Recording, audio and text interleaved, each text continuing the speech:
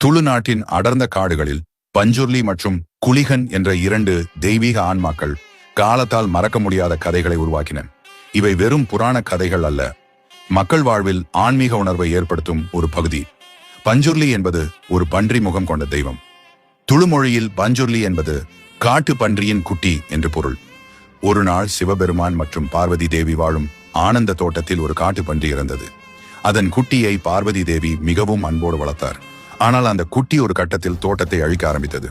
இதை பொறுக்க முடியாமல் சிவபெருமான் கோபத்தில் அதை கொன்றார். பின்னர் பார்வதி தேவி அந்த குட்டியை நினைத்து மிகவும் வருந்தியதால் சிவபெருமான் அந்த பன்றியை உயர்த்தெழச் செய்து பூமிக்கு மக்களின் பாதுகாவலராக அனுப்பினார். பஞ்சுர்லி ஒரு கருணைமிக்க தெய்வம், ஆனால் நேர்மையற்றவர்களை தண்டிக்கவும் தயங்காது. துளு நாட்டில் பஞ்சுர்லி பூமி, காடு, மக்கள் ஆகியவற்றின் காவலராக வழிபடப்படுகிறார். பூத கோலா என்ற விழாவில் பஞ்சுர்லியின் ஆன்மா நடன கலைஞரின் உடலில் இறங்கி கிராம மக்களுக்கு தீர்ப்பு வழங்குவதாக நம்பப்படுகிறது. மறுபுறம் குலிகன் என்பது ஒரு தீவிரமான ஆன்மா. ஒரு நாள் பார்வதி தேவி சிவபெருமானுக்காக சாம்பல் கொண்டு வந்தார். அந்த சாம்பலை சிவபெருமான் தன் மேனியில் பூசிய போது அதில் ஒரு கல் இருந்தது.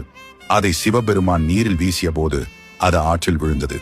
சிவனின் திருமேனி பட்டதால் அது உயிர் பெற்று பூதகணமாய் உருவெடுத்தது.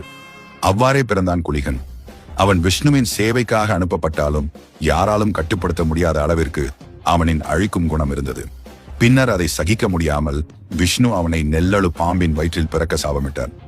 9 மாதங்களுக்கு பிறகு குலிகன் அந்த பாம்பின் வயிற்றை கிழித்து வெளியே வந்தான். அவனுக்கு கடுமையான பசி, அதனால் அவன் எல்லாவற்றையும் உண்ணத் தொடங்கினான்.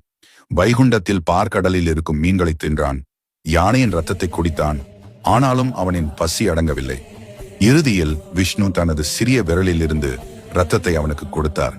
அதுவே அவனின் பசியை அடக்கியது. பின்னர் அவனை பூமிக்கு அனுப்பி மக்களின் காவல் தெய்வமாக நிலைக்க சொன்னார். குலிகன் பஞ்சுருளி இருக்கும் நிலத்தை அடைந்தார். ஒரு கட்டத்தில் இருவரும் ஒரே நிலத்திற்காக சண்டையிடத் தொடங்கினர். அவர்கள் போரில் கூட ஈடுபட்டனர். ஆனால் இறுதியில் துர்கா தேவியால் தடுக்கப்பட்டனர். குலிகா இறுதியில் பஞ்சுர்லியின் நெருங்கிய தோழராகவும் வழிபாட்டாளராகவும் ஆனார். பின்னர் குலிகா அந்த நிலத்தின் க்ஷேத்திரபாலராக, அதாவது பாதுகாவலராக நியமிக்கப்பட்டார். பஞ்சுர்லியும் குலிகாவும் ஒன்றாக வழிபடப்படுகிறார்கள். பஞ்சுர்லி மற்றும் குலிகன் துளு நாட்டில் பூத கோலா என்ற விழாவில் நடனமாக வெளிப்படுகின்றனர். இந்த விழாவில் ஒரு நடன கலைஞன் தெய்வத்தின் ஆன்மாவை உடலில் ஏற்றி மக்கள் முன்னிலையில் தீர்ப்பு வழங்குகிறார். பஞ்சுர்லி அமைதியாகவும் குலிகன் தீவிரமாகவும் நடனம் ஆடுவர். இருவரும் சமநிலை, நீதியை நிலைநிறுத்தும் சக்திகளாக கருதப்படுகின்றனர்.